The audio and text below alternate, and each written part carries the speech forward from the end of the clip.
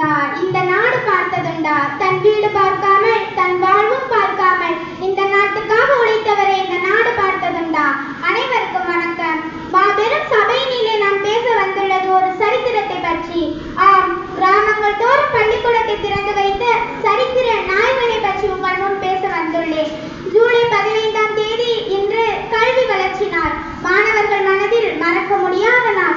ஆம், ஏழை குழந்தைகளை பள்ளிக்கு வரவழைத்த பெருந்தலைவர் காமராஜரின் பிறந்த நாள். பசி வந்தால் 10ம் பறந்து போகும். குழந்தைகளின் வயிற்றில் பசி இருந்தால் காதில் எப்படி பாடம் ஏறும் என்பதை உணர்ந்து தாய் உள்ளம் கொண்ட தலைவர் கொண்டு வந்த திட்டம்தான் மதிய உணவு திட்டம். இந்த திட்டம் இன்றும் கூட நம் பள்ளிகளில் செயல்பட்டுத்தான் வருகிறது. மேலும் 12,000 புதிய பள்ளிகளை திறந்து வைத்து இலவச கல்வி, கட்டாய கல்வி போன்ற பல திட்டங்களை உருவாக்கி கல்வி புரட்சி செய்தவர்.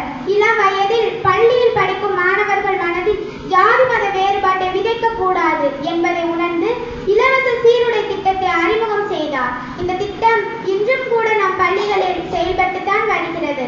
காமராஜரின் நேர்மையும் கல்விக்காக செய்த பணிகளும் மக்கள் மனதில் இன்றும் கூட நிலைத்துள்ளன. இவ்வுலகில் அழியாத செல்வம் என்றால் அது கல்வி செல்வம்தான். அத்தகைய கல்வி செல்வத்தை இலவசமாக வழங்கி கல்வி கண் திறந்தவர் காமராஜர்.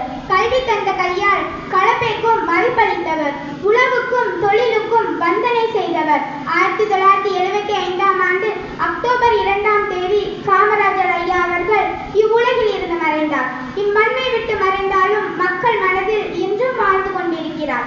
பேச்சு பழகிய மாதாவுக்கும் பேச்சு பிழை திருத்திய பிதாவுக்கும் பேச்சு நாகரிகம் கற்றுத்தந்த எமது குருவுக்கும் இப்பேச்சு போட்டியில் பேச எனக்கு வாய்ப்பளித்த என்